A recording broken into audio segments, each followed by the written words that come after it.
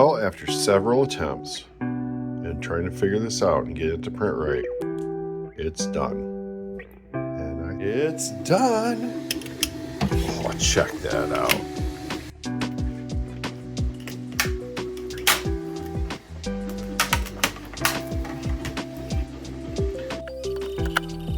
So, there we go. All right, let's test it out. It's pretty good, but so I decided to just go to a longer light strip here, and I printed the diffuser for this. So put that on like this, and then let's get this turned around here, and like that. Let's turn this on and see what it does. Look at that. Oh, let's turn some lights on. Not bad, huh?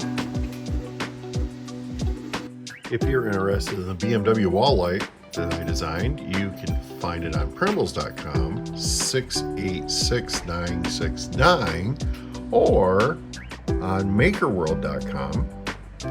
And there's not really a good number here. You can try 100201, but the best thing to do is just search BMW Wall Light.